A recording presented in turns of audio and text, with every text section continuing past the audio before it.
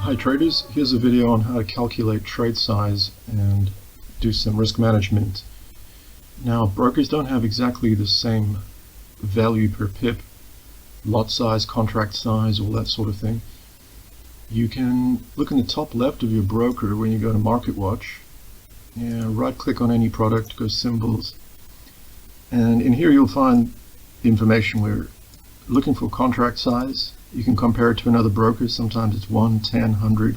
Then you'll know this broker has 10 times the value per pip as the other one. Or you'll see tick value. So you can see with this broker particularly, gold is not very easy to trade. See, it's got 100 contract size. So let's go see what I mean about that. So notice here with gold, this is Hantech Markets.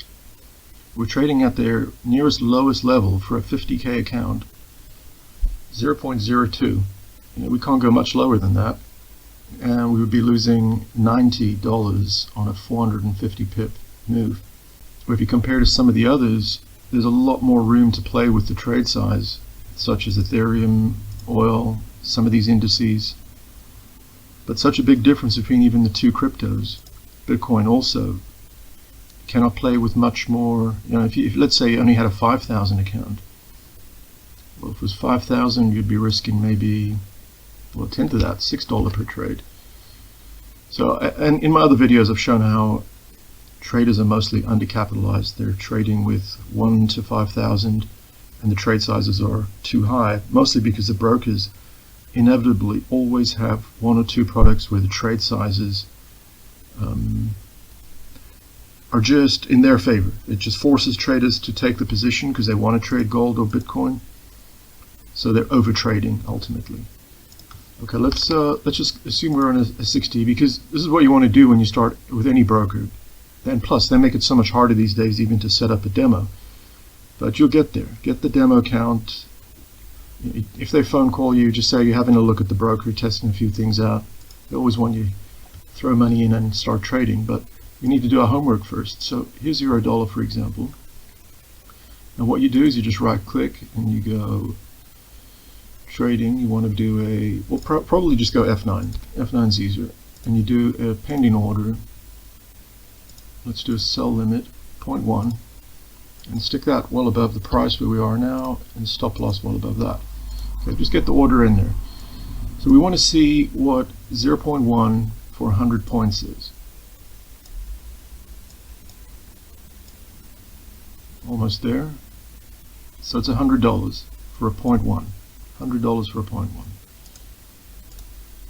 Back to the Excel doc.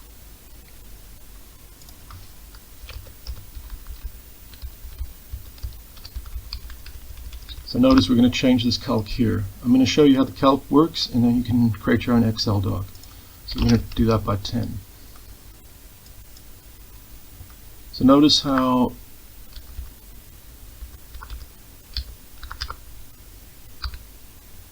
we have a negative value here.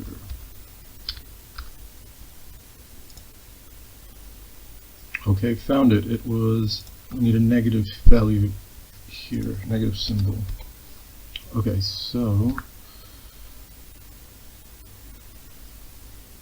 for the euro dollar, if we're trying to risk 60, we'll lower our trade size to 0.06. Okay, so the only this is a manual one. We can change the trade size because we're changing our take profit 2 and stop loss. Let's assume they're the same number, take profit 2 and stop loss. These are just calcs based on this one. Adjust trade size when there's news or US session begins. So there's no calc in this one. This one we just create a negative value so that this one ends up as positive.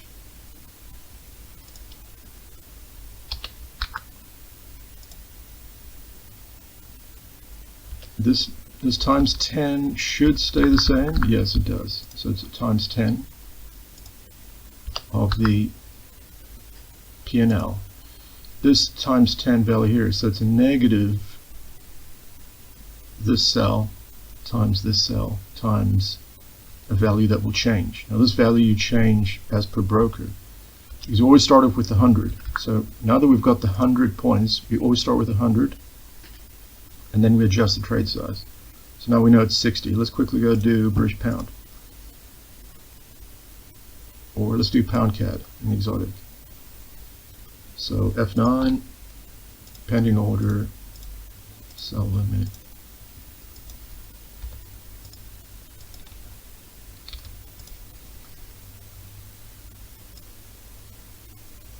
There's 100 points, 70.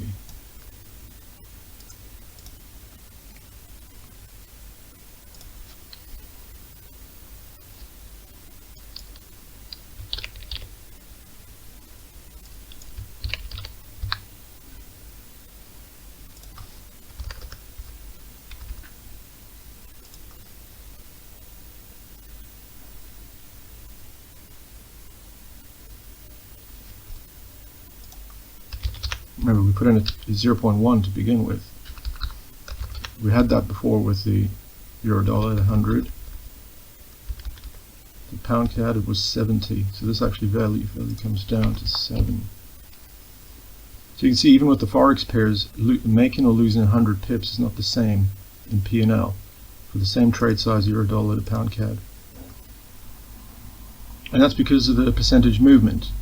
The euro dollar is almost trading at parity with euro to the dollar, and pound CAD is 1.8. So there's a lot to do with that. Same as with oil and the other products, they change over time. So this also needs to be updated. You can't leave this for the whole year. You need to update your doc just to make sure your broker's trade sizes are in sync. So we've got that 70 now, and then we just have a look at what our target for the day or week is. So pound CAD, we're doing 12 and 144.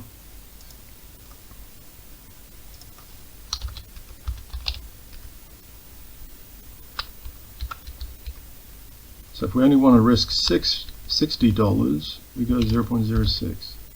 Same as we did with euro dollar. So ultimately the trade sizes are quite similar, but we're talking with small values here. It starts changing when you start getting to the 0.25s and so on, because there's only $3 difference or so here or there. Oh, but it's also because if I put these all at the same values here, this would change. I've gotten them all down to 60, but notice how my stop losses are quite different for all these products, and they would be take profit too as well, because the volatility changes. Some are more volatile, like the dollar CAD is quite stable at the moment. Well, in the last few days, it's not moving as much as the yen pairs and the Aussie pairs, as you can see, 240s. Okay, so that's how you calculate your value per pip per product. You can do that with all of them. Just create the limit order and test what 100 points is at the same value. And there you have it. Alright traders, take care.